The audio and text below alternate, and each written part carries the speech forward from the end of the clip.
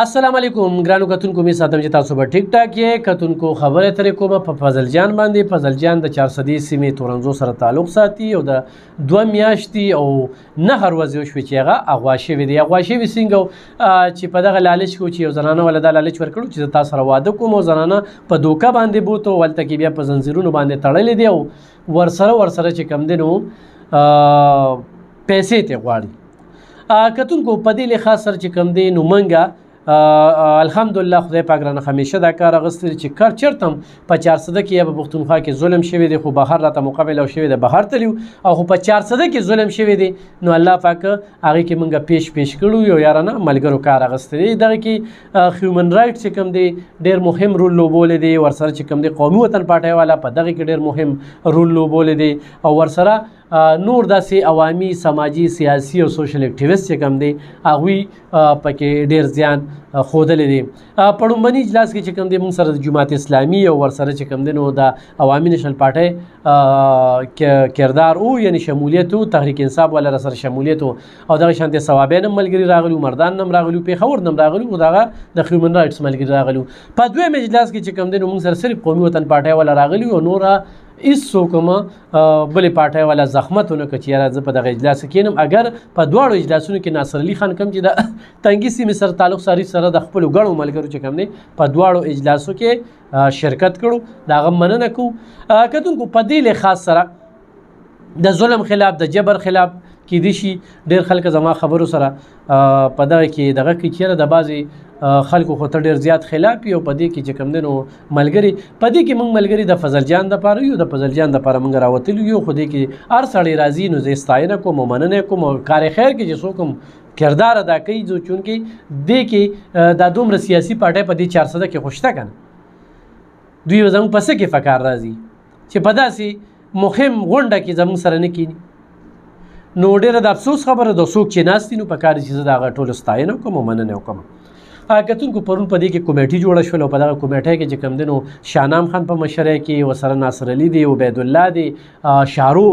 د خوشحال خان چې کوم دی 400 دی اتمانزو سیمې سره تعلق ساتي یو ډېر تکړه سوشل ورکر سوشل اکټیویسټ دی مننه کوم. ورسره عمر جان دی او د فضل جان روډ چې کوم دی هغه دی دوی به نن ځي کشمور ته د وفد په شکل کې په دغه کې زم شامل خو د خپلو نجی مصروفیاتو په وجه باندې ځکه چې سبا دلته کې 12 اګست منځلې کېږي ورسره چې کوم دی سبا موږ په شب قدر کې یوه 302 روغه را جوړه کړې ده او دې سره چې کوم دی نو بیا 14 اګست دلته کې نو هغې کې زمونږ سرګرمۍ شته دي نو په دغې چې کوم دی نو زه ترې پاتې شوم او ما ورته معذرت وکړو چونکې د هغې ملګرو ډېر پر زور خواهش و چې ته راسره لاړ شي او بهرحال تکړه ملګري دي انشاءالله ریزلټ پر وړي. په دې لحاظ سره ایمل ولی خان چې کوم دی لومبني ټویټ کړو خو غوښتنه دې کوو چې د پی ډي ایم مشرانو سره په دې کې اړیکې ټینګ وساتي. نن چې کوم دی د قومي وطن پارټۍ د مرکزي چیرمن آفتاب احمد خان شیرپو ټویټ پې هم راغو او هغه دا خبره وکړله چې دا کوم وپه دلته روان دی دې سره د پرزور تعاون شي دا یقین هم راکړی دی چې موږ به د مشرانو سره چې کوم دی په دې باندې خبرې اترې کوو. دلته کې چې کوم دی د قومي وطن پارټۍ مشر چې کوم دی تورنزو مشتاق خان تورنزی چې کوم دی هغې سره زموږ کلکه ملګرتیا ده او د هغوی په مشرۍ کې چې کوم دی خو کله موږ ته د کشمور د دغه ملګرو اطلاع راکړه چې احتجاج وکړي سړک بند کړي موټروې بنده کړي نو بالکل به چې کوم دی موږ اعلانونه کوو او موږ به د دې ریاست په مخ سپېړه د موږ به احتجاجونه هم کوو په 400 کې انتظامیه دې ووري خو چرې دا وفد زمونږ ناکامه راغی ولته کې انتظامي چې کوم دی زمونږ دغه فضل جان روډ چې کوم دی هغه پرېنښوده. کتونکو دا د ریاست په مخ باندې سپېړه ده چې نن 8 ناخمه ورځ ده چې موږ مختلف اجلاسونه کوو یو موږ په هغې کې د چاندو خبرې هم کوو یو ریاست نه غوښتنې هم کوو یو په ریاست باندې نیوکې هم کوو خو د هغې باوجود چې کوم دی موږ ته څه ټوس ثبوت چې کوم دی یا ټوس خبره مخې ته رانغله دې وخت کې چې دا څه لګیا دي دا موږ اپنی مدد آپ لګیا یو دغه ملګرو چې کوم تعلقات دي خپل هغه چې کوم دی نو هغه استعمالوي او دغه تعلق په نتیجه کې نن چې کوم دی دوی روان دي نو دغه ملګري چې کوم روان دي د هغوی دپاره دعاګویو انشاءالله د هغوی چې هلته کې څه کېږي زه به د سره وختن په وختن شریکوم هغوی سره به زمونږ رابطې چې کوم دی هغه روانې وي او د هغوی ټول هر څه چې کوم دی نو هغه به موږ د تاسو سره شریکو. نو الله دې کړي چې فضل جان راخلاص شي او دغه مور له دغه 5 خویندو له دغه رونو له دغه یتیمانو له راشي ځکه چې د ګټې وټې دغه شانتې کتونکو د باجوړ نه هم دغې خلکو چې کوم دی نو ماشومان تختولی دي او هغه په کراچۍ کې مزدوري کوي او هغوی موږ سره رابطې دي څړیرونه تختولو پېښور نه تختولو. خو دا موږ چې کوم تحریک روان کړی انشاءالله دا به دغه ټولو پښتنو له دغه ټولو